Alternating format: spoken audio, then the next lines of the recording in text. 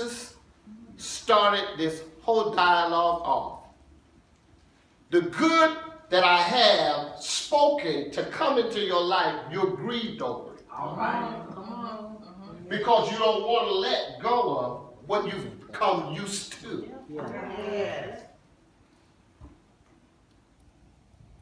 And the counselor that I'm sending is going to make you become a part of the work that I am. Yeah.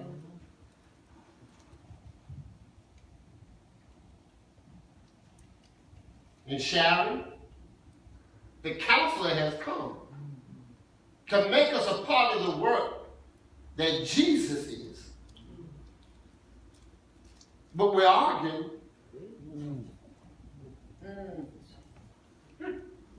with his position. Yes. Did it?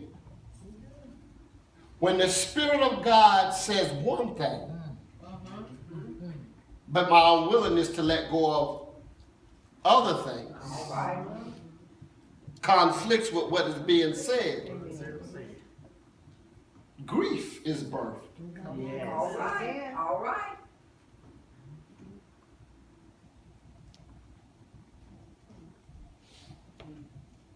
Grief is birthed. And notice this, and I'm wrapping it up, I'm coming in. We'll get on this a little bit later on. Grief is birth. Grief is birth.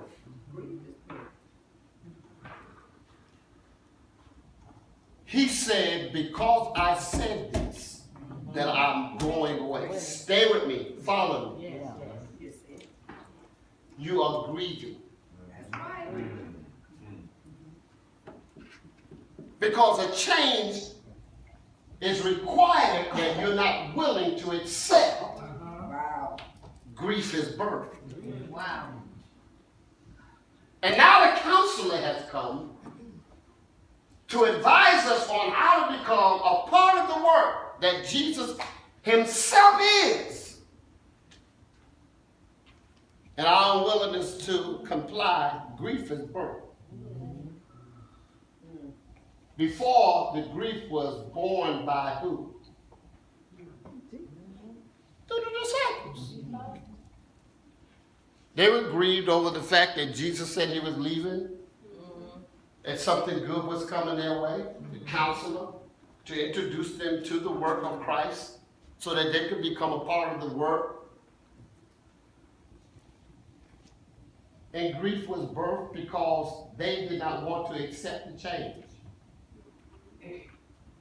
Look at the ugliness of the picture. Look at the ugliness of the picture.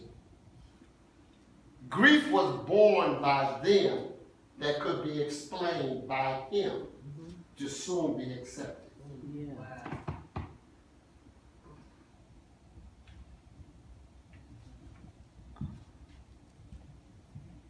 But there's another grief. See, because our unwillingness to cooperate with counsel causes grief, and oftentimes we ain't the one bearing it, he is. That's why the Bible says, grieve not. Wow. See, you make your choice to still continue to have what you want to have, irregardless of what the Spirit says. Yeah. And here's the thing is, where at first the disciples were grieved by a choice that Jesus had made that they had to accept. Now the attitude of the church has flipped the grief. Wow. Wow. Where it's not us that's grieving, it's God. Our choice creates a grief that is born by the Spirit. Notice, God says, I'm not going to bear your grief. It didn't say it grieved God. It didn't say it grieved Jesus. It grieves the one who has the instructions and understands where the instructions are supposed to be taken. Wow. And he's not grieved because he's hurt. He's grieved because he sees your choice and how it's going to hurt you.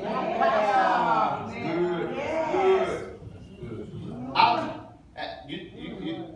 Mama's not grieved because you walk out the house with the suitcases and gonna hook up with some rock heads, some knuckleheads. Yes. That's not really what Mama's grieved about. What Mama's grieved about is your choice and your future. Yeah. See, your choice. I don't have to wear that burden. I'm not going to be living in the house with this rockhead. I'm not going to be putting up with this rockhead.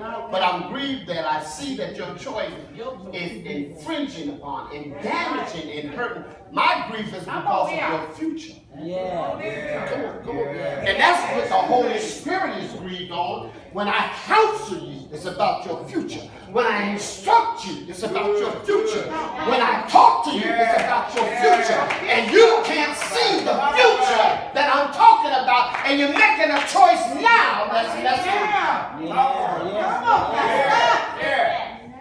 I'm grieved. See, because when the disciples were grieved, there was a choice that was made that they couldn't stop. He was going, the counselor was coming. See, but here was the instructor that was coming in order to get you to understand your tomorrow. Give me something. Y'all ain't in here. Y'all ain't helping me. Can I ask you a question? Ask us. Have any of y'all in here ever heard the voice of God speak to you? Amen. Yes. Show of hands. This is other people. I've heard God speak to me. I have heard God speak to me.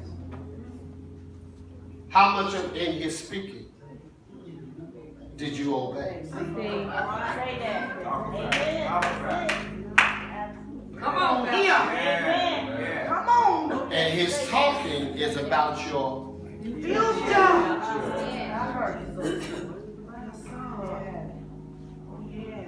I'm a counselor trying to put your broken pieces together. I'm a counselor trying to instruct your broken life. I'm a counselor trying to help you to see what step. We sung the song earlier, rejoice for the steps of a righteous man. They are ordered of the Lord. I'm trying to order steps for you to walk in that will move you forward. But you're rejected.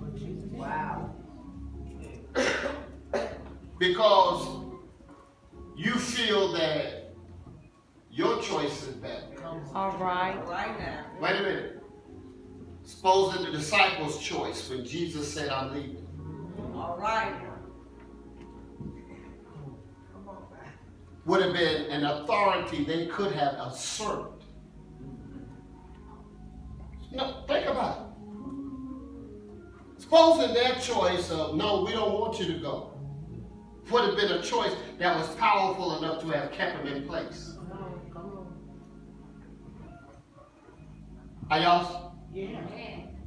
See, but here was a God decision that they could not change.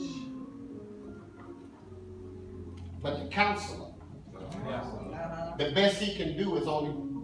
All right. We can change his choice. Because we can accept it. Or we can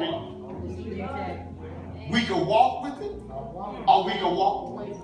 See, they could not tell Jesus, even as much as they didn't want him to go, they could not stop him from going. Why? Because Jesus had the power to be able to do what the will of God was. Amen. But the counselor who God has sent, the only thing he can do is say, Sharita, turn left. No, I feel like I want to go right. Sharita, step forward. No, I feel like I want to step. See, understand now, the power is in your hands to accept the will of God All right. or reject the will of God. Talk about it. Talk.